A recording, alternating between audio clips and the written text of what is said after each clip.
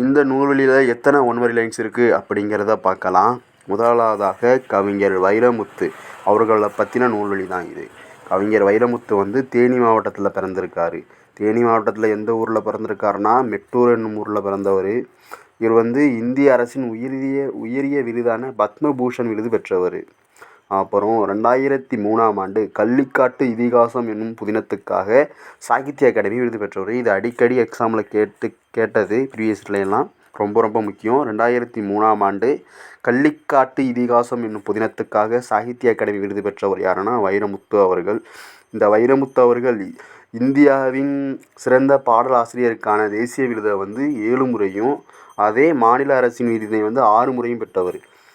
இந்தியான்னு வந்தால் 7ன்னு நான் வச்சுக்கணும், மாநிலம்னு வந்தால் 7லேருந்து 1 கம்மி பண்ணிக்கிட்டு 6ன்னு நான் வச்சுக்கணும். 6 முறையும் பெற்றவர் இவர். இவருடைய கவிதைகள் வந்து தெலுங்கு,